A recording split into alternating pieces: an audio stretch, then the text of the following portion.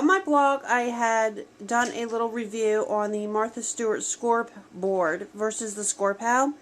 I tried to decide between which one I wanted to purchase, and I looked at the benefits and features of each one of them, and I ended up going with the Martha Stewart one.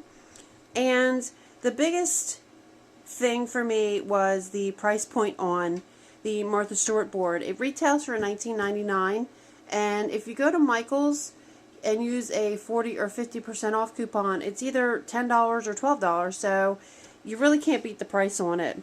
The other thing I liked is that it has the markings or the scoring grooves every 1/8 of an inch, which on the scor-pal they have at certain intervals, and it's not always, you know, conducive to where your project is. You may have to move your piece over to get the right place to score, and it just seemed like more work than it was necessary.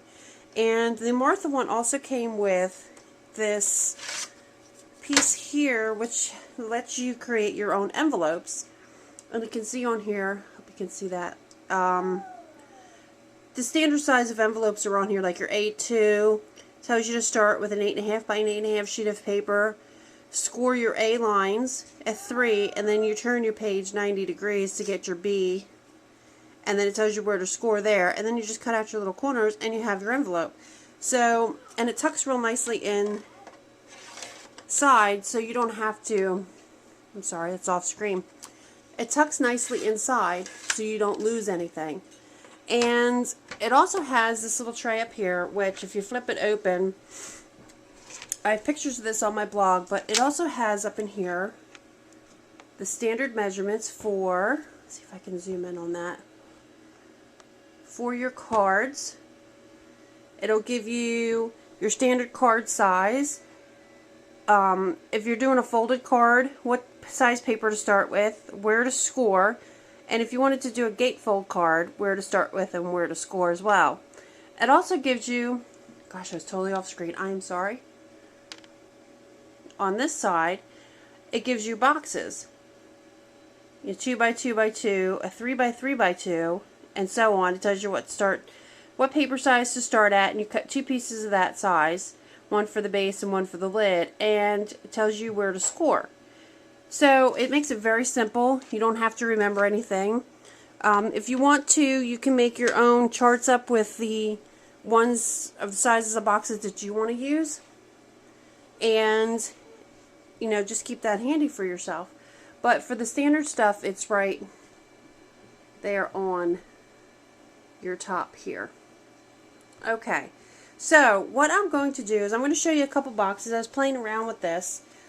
This is a 2x2 box, and I just made this out of regular, you know, scrapbook paper, cardstock. It's kind of lightweight. And on the lid, I didn't want just the plain, you know, square lid on it, so I used my gooey punch from Martha Stewart, and I put the edge around so it has the gooey, drippy sides on it. Okay. One of the other things that I did was I wanted to use the, let's see if I have a piece of paper to stick back here.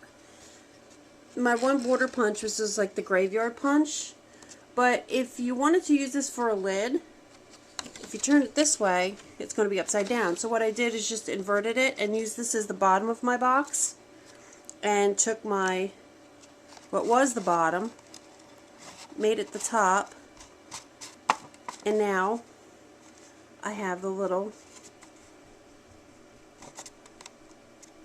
the decoration there on the sides. What I'm going to do is I'm going to do a Christmas one. I'm going to use this paper, and I'm going to use just a sheet of white, and I'm going to glimmer mist this before I do my scoring and everything and my punching. I'm also going to use my snowflake punch, edge punch, which is right here. I'm going to use this for the edges, and we're going to make a box out of that. Okay, so what we're going to do for this particular box is we're going to make a 4x4x2 box, which means we're going to start with an 8x8 sheet of paper, And we're going to score our box for the base at 2 inches and 6 inches. And since this paper's got some glitter on it, I'm going to do it from the back. And we're going to score it at 2 inches. And I found if you go slowly with this and don't put too much pressure and do multiple passes, because the last time I did one, the paper wasn't as thick and I accidentally went through it. So you want to be very careful with that. Okay, and we're going to do it at 6 inches. Once again, we'll make a couple of passes.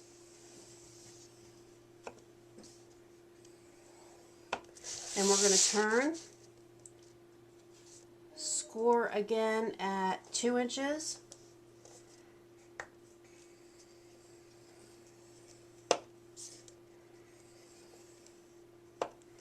And 6 inches. And that will give us our grid for our box. Now what we're going to do then is cut on our score lines. If you can see my score lines, but we're going to cut on our score lines up and to where the first intersection is. See if I can get this so I can see. I have shadows on here. Okay, so we're going to cut up to our first intersection, and we're going to do the same on the other side. Okay, so now we have all our cuts made, and these are going to be our flaps, so when we pull this in and fold our box up, they'll attach. Okay, I already went and scored all of my pieces, and what I did also was put adhesive. I used my ATG gun. You can use whatever kind of adhesive you want, but since this has kind of a texture to it, I like to use my ATG gun, and I put it on the outside edges of the flaps on here. So what we're going to do then is we're going to pull these in. You want to line up your corners and go ahead and stick them down. Okay.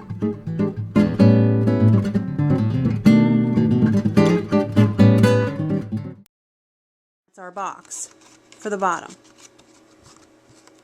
Now this is not double-sided paper. If you use double-sided paper, it would look pretty inside, but figure you're going to fill this with something and put tissue and maybe some, you know, of the crinkly fibers in here or something. You don't really need it to be too nice on the inside if you don't want. Or you can stamp or whatever you want. Okay, I have my lid already scored and cut, and as you can see, I hope you can see, I glimmer misted this with Glacier.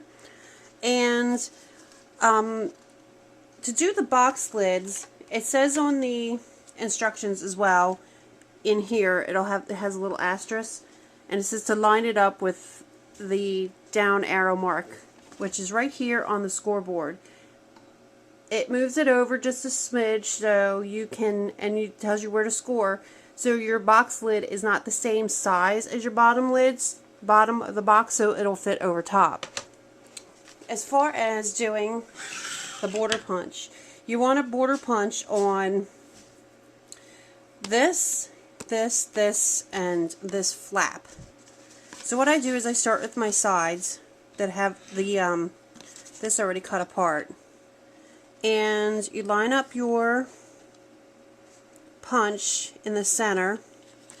There are little tick marks along the sides here of her, so you can see that there, of her punch, little lines, so you can evenly space your paper there. I'm going to do this down flat here. And you want to try to start in the center. We're going to go ahead and cut that out. Move this over. Punch. You